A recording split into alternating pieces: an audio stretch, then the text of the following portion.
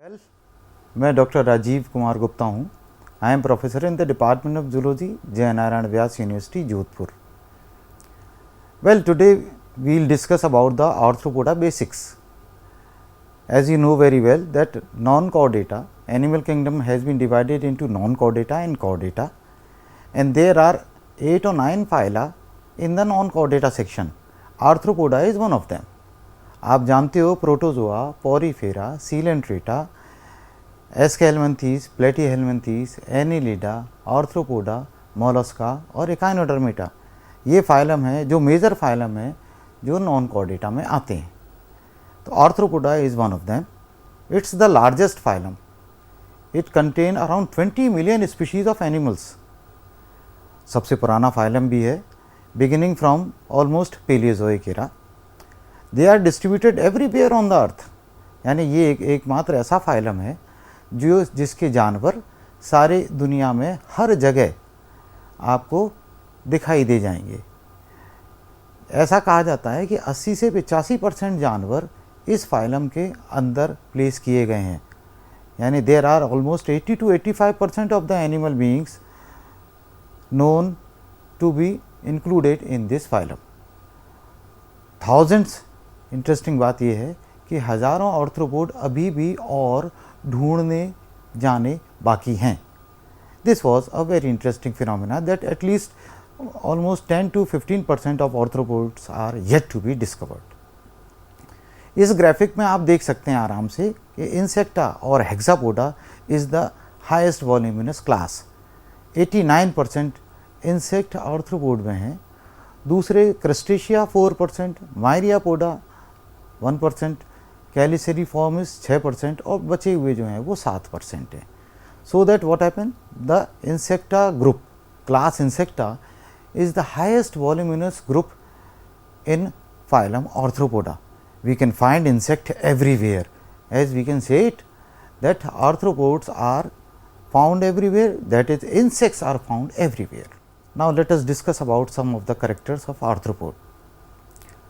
Their body is very thickly covered by cuticle. This is a taxonomic feature.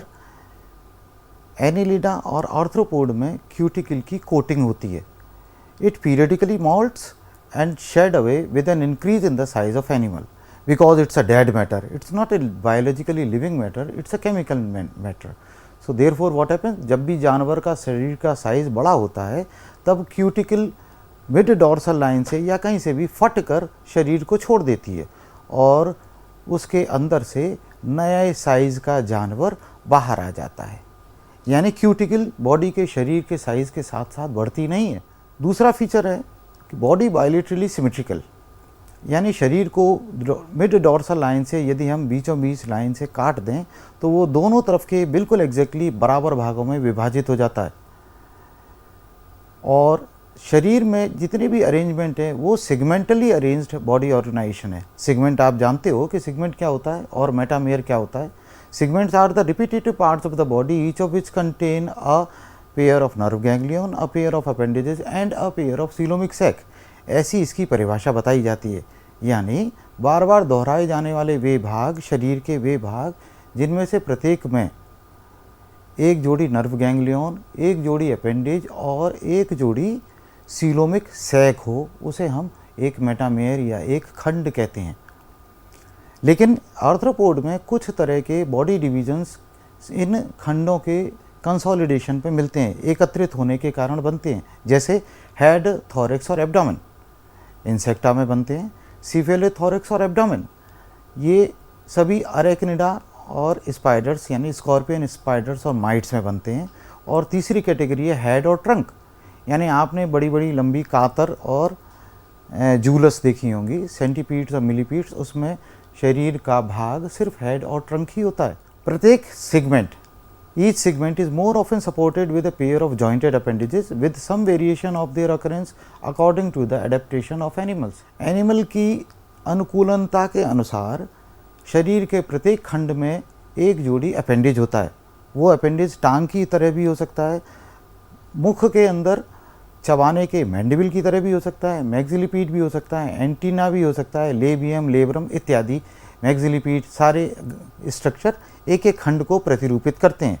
आप इस बारे में बहुत अच्छी तरह जानते हैं, आपने जब प्रॉन की स्टडी की थी तब आपने उसके 19 खंडों में आपने 19 जोड़ी अपेंडेजेस पढ़े थे।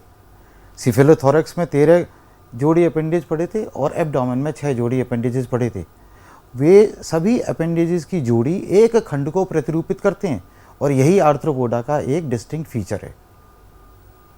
यहाँ एक छोटे से प्रॉन की ड्राइंग बनी हुई है जिसमें 5 कैरेक्टर आर्थ्रोपोड के दिखाए गए हैं।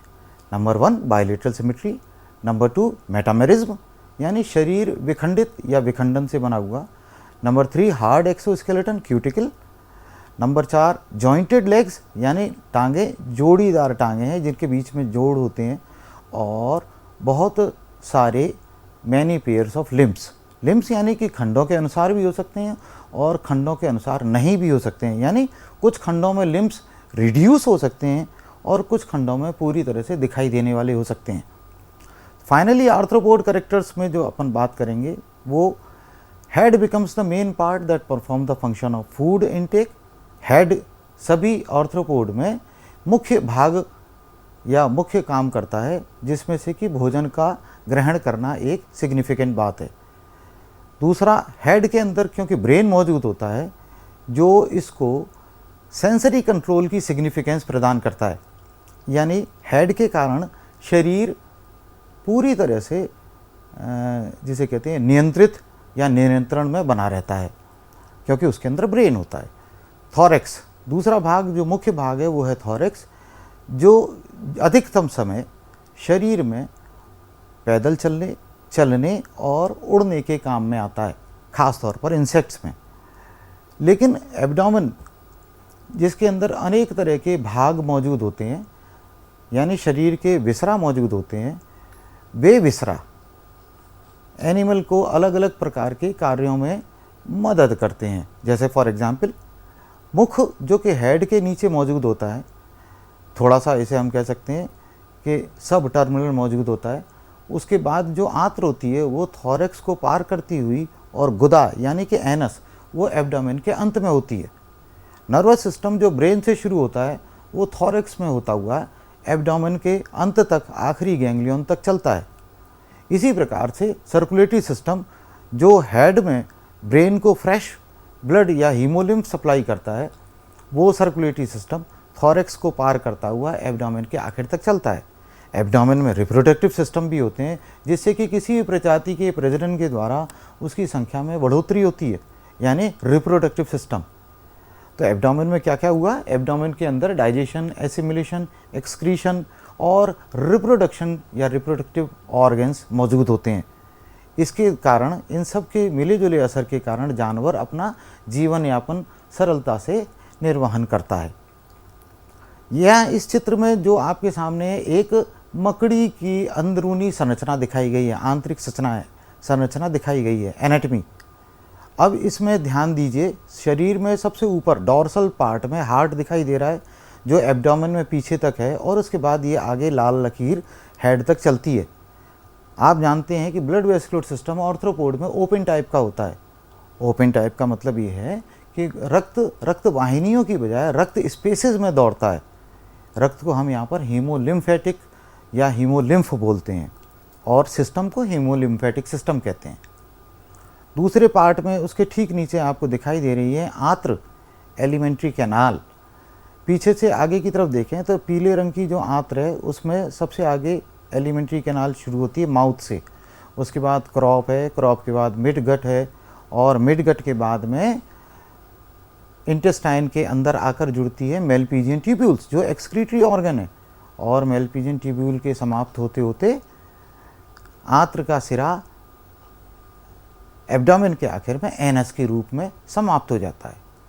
इसके ठीक नीचे देखिए बैगनी कलर की आपको ओवरी दिखाई दे रही है, ये एक मादा मकड़ी की संरचना है और इस ओवरी के साथ साथ इसकी ग्लैंड और ओविडक्ट और ओवेरियन अपर्चर यानी गोनोपोर दिखाई दे रहा है, मादा गोनोपोर। और सबसे नीचे आप देखेंगे बाहर की तरफ निकले हुए हैं स्पिनरेट जिसकी मदद से मकड़ी अपना जाला बुनती है और वो कहाँ खुलती है, हरे हरे रंग की, गहरे हरे रंग की सिल्क ग्लैंड है।